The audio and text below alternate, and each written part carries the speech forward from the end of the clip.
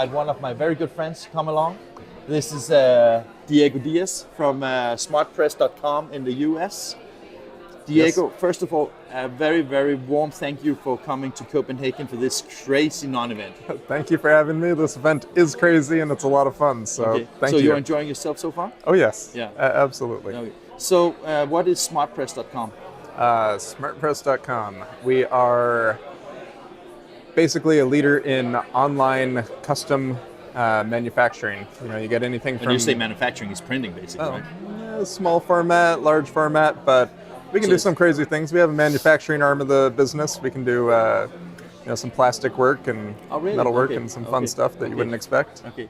And when you say SmartPress, that is actually part of the Bernard Group, right? Yes. Yeah. Yep. And the Bernard Group, we visited, is it 2 years ago now? In January, 2 years ago? Yep. And that was when we became friends, basically, right? Absolutely. Yeah. Absolutely. And for the audience, I just want to tell you that this guy and I know that you don't care, but we share passion for Norwegian music and Icelandic music right now, right? Yeah.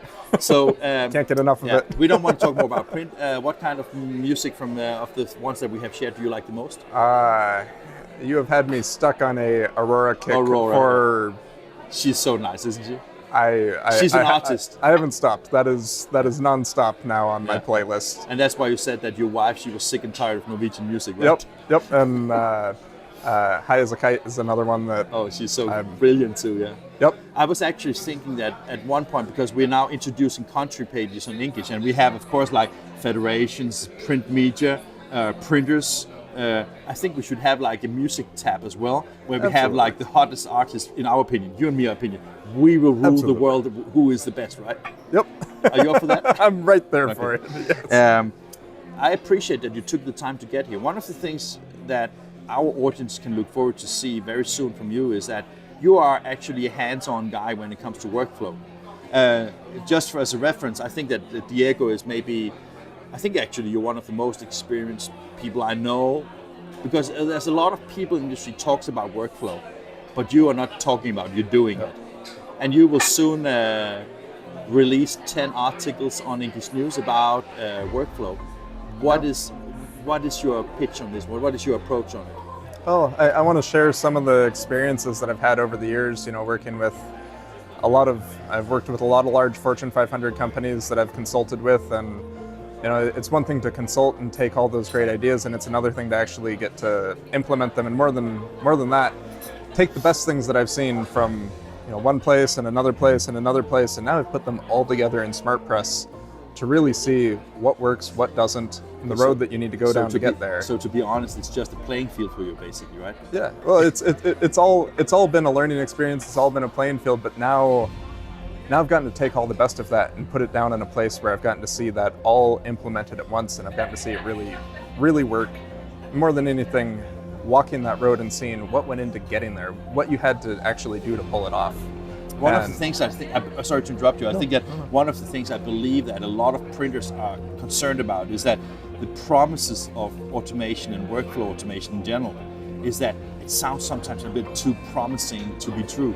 But you have actually experienced in your, I was just about to say on your own body, but in your own company at least, that workflow makes a lot of sense, right? Can you just give like a snippet of an example on a very, very tiny little thing that made a huge difference to you and your company?